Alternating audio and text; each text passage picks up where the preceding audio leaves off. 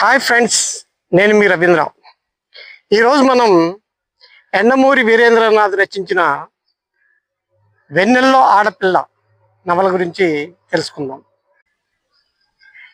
ఈ నవల ఒక చదరంగం క్రీడాకారునికి, ఆక్స్ఫర్డ్ విద్యార్థినికి ఫోన్ సంభాషణల ద్వారా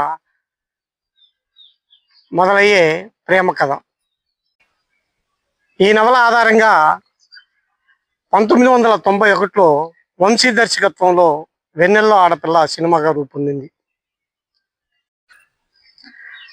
అలాగే దూరదర్శన్లో సీరియల్గా కూడా వచ్చి మంచి ప్రాచుర్యం పొందింది.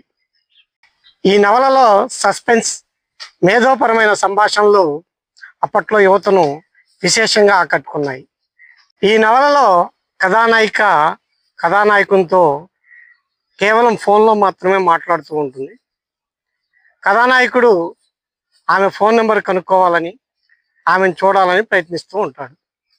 అంటే అప్పట్లో సెల్ ఫోన్స్ ఉండేవి కావు. ఇప్పట్లా కేవలం ల్యాండ్ ఫోన్లో మాత్రమే మాట్లాడేవారు. ల్యాండ్ ఫోన్లో అవతల వాళ్ళ కాల్ చేసిన వాళ్ళ నెంబరు తెలిసేది కాదు. కథలోని నాయిక సున్నితమైన హృదయంతో కళల ప్రపంచంలో జీవించే యువతి. ఆమె జీవితాన్ని వెన్నెలతో పోల్చవచ్చు. అందంగా, నిశ్శబ్దంగా కనిపించిన లోపల ఎన్నో భావాల అలజడి. ఆమె ప్రేమను నమ్ముతుంది, మనుషుల్ని నమ్ముతుంది. ఆ నమ్మకమే ఆమె బాధకు కారణమవుతుంది. నాయిక ప్రేమించిన వ్యక్తి ఆమె భావాలను పూర్తిగా అర్థం చేసుకోలేడు.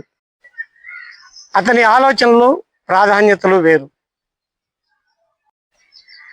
ప్రేమ ఉన్న స్వార్థం, అనుమానం, సమాజ భయం అతని నిర్ణయాలను ప్రభావితం చేస్తూ ఉంటాయి. దీనివల్ల నాయిక తీవ్ర సంఘర్షణకు లోనవుతుంది.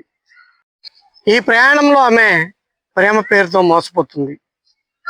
సమాజపు మాటలకు తన కలలను త్యాగం చేస్తుంది. మౌనంగా బాధను భరిస్తుంది. అయితే చివరికి ఆమె మనస్సు విరిగిపోదు. బాధలే ఆమెను పరిపక్వరాలుగా మారుస్తాయి. జీవితం అంటే కేవలం కలల ప్రపంచం మాత్రమే కాదు, వాస్తవాన్ని కూడా ఎదుర్కోవాల్సిన అవసరం ఉందని ఆమె తెలుసుకుంటుంది. ఈ నవలలో ప్రధానంగా స్త్రీ హృదయంలోని సున్నితత్వం, ప్రేమలోని భ్రమలు, సమాజంలో స్త్రీపై మోపే ఆంక్షలు, మౌనంగా సాగిపోయే స్త్రీ పోరాటం ఉంటాయి.